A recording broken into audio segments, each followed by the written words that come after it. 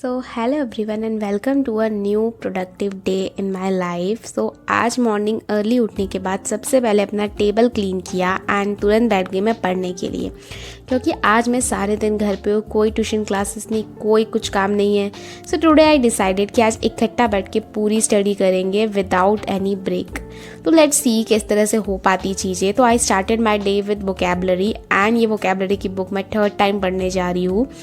मतलब जितनी अच्छी तरीके से मैं इस बार पढ़ पा रही हूँ ना, फर्स्ट एंड सेकंड टाइम इतने अच्छी तरीके से नहीं हो पाता था। तो ऐसा होता है ना, जब फर्स्ट और सेकंड टाइम मैंने इस बुक को पढ़ी थी तो मेरे को 0 चीज़ें आती थी।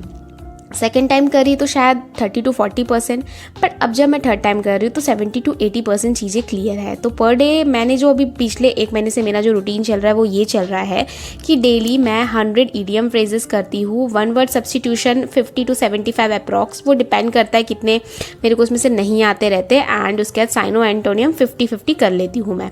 तो काफ़ी अच्छा है, इससे रिविजन हो जा रही चीज़ें और इंग्लिश में काफ़ी बेनिफिट मिल रहा है।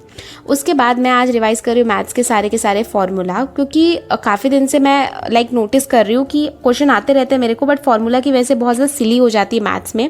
सो दैट्स वाई मैं बीच बीच में इनको भी रिवीजन देती रहती हूँ। एंड इसके साथ साथ ग्रामर रूल भी बहुत इंपॉर्टेंट है। मैंने इसी एक शीट में ना छोटे मोटे ग्रामर के रूल लिख रखे हैं। ये एकदम लास्ट मिनट शीट है मेरी, मतलब एग्जाम से 1 दिन पहले मैं इसी को रिविजन करूँगी। इसमें मैथ्स के मैक्सिमम फॉर्मूले हैं, रीजनिंग के जैसे कि कैलेंडर हो गया, रैंकिंग हो गई, उनके जो छोटे छोटे ट्रिक्स होते हैं मैंने वो सब लिख के रखे हैं। एंड ग्रामर की छोटी मोटी जो ट्रिक्स होती है वो सब। तो ये एकदम लास्ट मोमेंट, एकदम ऐसे लास्ट मोमेंट सीट आप भी रेडी रख सकते हैं। जो चीज़ें आप बार बार भूल जाते हैं, डाउट होता है ना, उनको प्रॉपरली रेडी करके रखना पहले से, सो डैट कि एग्जाम से 1 दिन पहले आप कुछ ऐसी चीज़ें पढ़ ले जिसमें एग्जाम में अगर आ गए तो आपको ये ना लगे कि लास्ट टाइम रह गया था। CHSL में या फेज में कई सारे ऐसे क्वेश्चन थे जो मुझे लगा कि हाँ मैंने पढ़ रखा था और एग्जाम के वक्त ही अफसोस होने लगे, काश ये शीट मैंने रिवाइज कर ली होती या काश ये टॉपिक एक और मैं पढ़ लिया होता। इसलिए एग्जाम से पहले जितना रिविजन कर सकते हैं उससे ज़्यादा डबल ट्रिपल मेहनत करके रिविजन ज़रूर कर लेना, छोड़ के मत जाना। अगर 1 साल में तुमने कुछ भी पढ़ा है ना, कोई भी चीज़ नोट्स दी, कोई भी लाइन लिखी ना, उसको छोड़ मत देना, अच्छी तरह से पढ़ के जाना। बाद में अफसोस ना हो ना कि मैंने नहीं किया। और एक मैं इतना कह रही हूँ कि ये रहता है ना बाद में कि उस टाइम पे आप अच्छे से परफॉर्म कर पाएंगे। उधर 2 ऑप्शन में कंफ्यूज होने के बाद भी लकीली अनलकीली आपने गलत ऑप्शन चूज कर दिया तो बहुत अफसोस होता है इन चीज़ों का। जैसे मैं CHSL में गुरु नानक का क्वेश्चन छोड़ा है क्योंकि मैंने रिविजन नहीं कर रखा था। खैर, अभी उसके बाद मैं देने जा रही हूँ मॉक। एंड मॉक में प्रीवियस ईयर अभी कंप्लीटली मैं फॉलो कर रही हूँ। उसमें भी जो टफेस्ट और जो मॉडरेट शीट रहती है मैं उन्हीं को करती हूँ। मतलब 1 दिन में एक मॉडरेट दे देती हूँ और एक टफ शिफ्ट दे देती हूँ। ऐसे करके मैनेज हो जाता है थोड़ा सा। टफ में हमें डेफिनेटली कुछ ना कुछ सीखने को मिलता है। सेकंड थिंग, मॉक के मार्क्स को भी ज़्यादा सीरियस नहीं लेना भी है नहीं, और ना मैं ले रही हूँ। मैं बस इतना सोचती हूँ कि हाँ सीख रही हूँ चीज़ों को, ठीक है।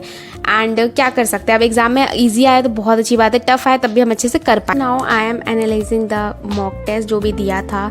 काफ़ी लोग ना कमेंट करते ग्रुप में भी कि मैंने इतने मॉक दे दिया मार्क्स नहीं आ रहे, इतने मॉक दे दिए मार्क्स नहीं आ रहे। सो एक लाइन उनके लिए कि सिर्फ मॉक नहीं देना होता, एनालिसिस भी करना होता है। और एनालिसिस बहुत बहुत ज़्यादा एक कहते हैं ना कठिन चीज़ है, उसको जिसने सीख लिया वो काफ़ी अच्छा परफॉर्म कर पाएगा। तो एनालिसिस में बस ये होता है कि आपको प्रॉपर तरीके से मॉक देना है। पहली चीज़, मॉक में अपना हमेशा 100% दो, मान के चलो कि एग्जाम दे रहे हो, ये एटीट्यूड होगा ना, बहुत अच्छा परफॉर्मेंस हो पाएगा।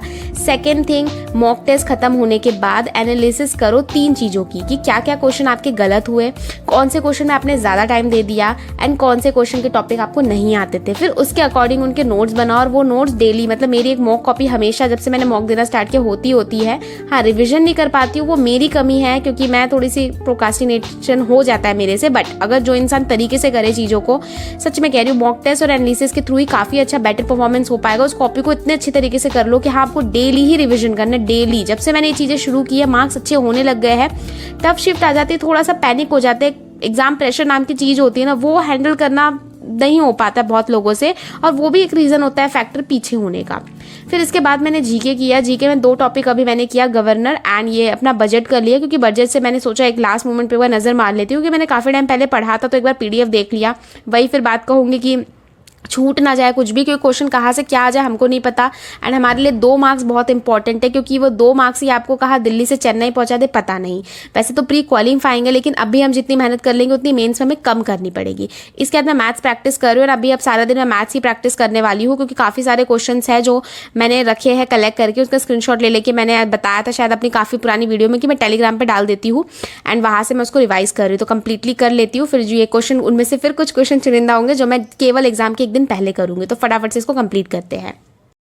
सो एज यू ऑल नो कि एग्जाम में अब तो बहुत ही कम दिन रह चुके हैं और इस टाइम पे भी अगर हम लोग मॉक नहीं लगा रहे तो बहुत बड़ी गलती कर रहे हैं। स्पेशली इस टाइम पे प्रीवियस ईयर पे ध्यान देना बहुत ज़रूरी है और मेरा ये सजेशन है कि प्रीवियस ईयर में आई ईजिएस्ट शिफ्ट को स्किप करें। लाइक जो ईजिएस्ट शिफ्ट थी आपको पता करना पड़ेगा, जो टफ या फिर जो मॉडरेट शिफ्ट थी सिर्फ उन्हीं को दीजिए। ईजी शिफ्ट देके अच्छे मार्क्स लाके कोई मतलब नहीं उन चीज़ों का।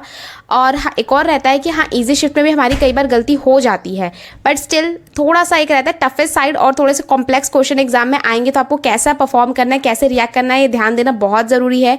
मेरे साथ जो CHSL में हुआ था वो सबको पता है। पेपर जब टफ आया और मैं एकदम पैनिक कर गई, ये आते हुए क्वेश्चन मैं गलत करके आई हूँ, वो सिर्फ मैं ही जानती हूँ उसकी क्या फीलिंग होती है जब आती हुई चीज़ें आप गलत करके आए थे। एंड ठीक है, तो अभी इसलिए मैं आप लोगों को सजेशन करना चाहूँगी कि अगर आपने मॉक का कोई भी परचेज नहीं कर रखा then definitely go for it. आप प्रेप इन पे बहुत अच्छा ऑफर चल रहा है इस समय। एंड अगर कोई 2025 की प्रिपरेशन करे देन उससे डबल बेनिफिट है, क्योंकि 1 साल की इसमें वैलिडिटी रहने वाली है।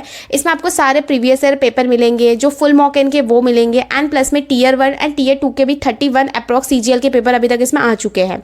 तो कंप्लीटली आप इसको ले सकते हैं। आपको बस एक कूपन कोड लगाना पड़ेगा जो है PREE20। 500 से भी ज़्यादा मॉक टेस्ट एंड डिफरेंट जो एग्जाम होते हैं सबकी वैलिडिटी आपको एक ही प्लेटफॉर्म पे मिल जाएगी। एंड एक और बात रहती है कि किसी चीज़ को हम जानते नहीं है तो हम कैसे उसमें इन्वेस्ट कर दे, तो बहुत प्लस पॉइंट है यहाँ पे। आपको बहुत सारे मॉक फ्री ऑफ कॉस्ट मिल रहे हैं, आप जाइए पहले उनको अटेम्प्ट कीजिए। If you think yes this is the platform जहाँ से आप सिलेक्शन ले सकते हैं, डेफिनेटली गो फॉर इट। मेरा कूपन लगाना बिल्कुल भी ना भूलिएगा।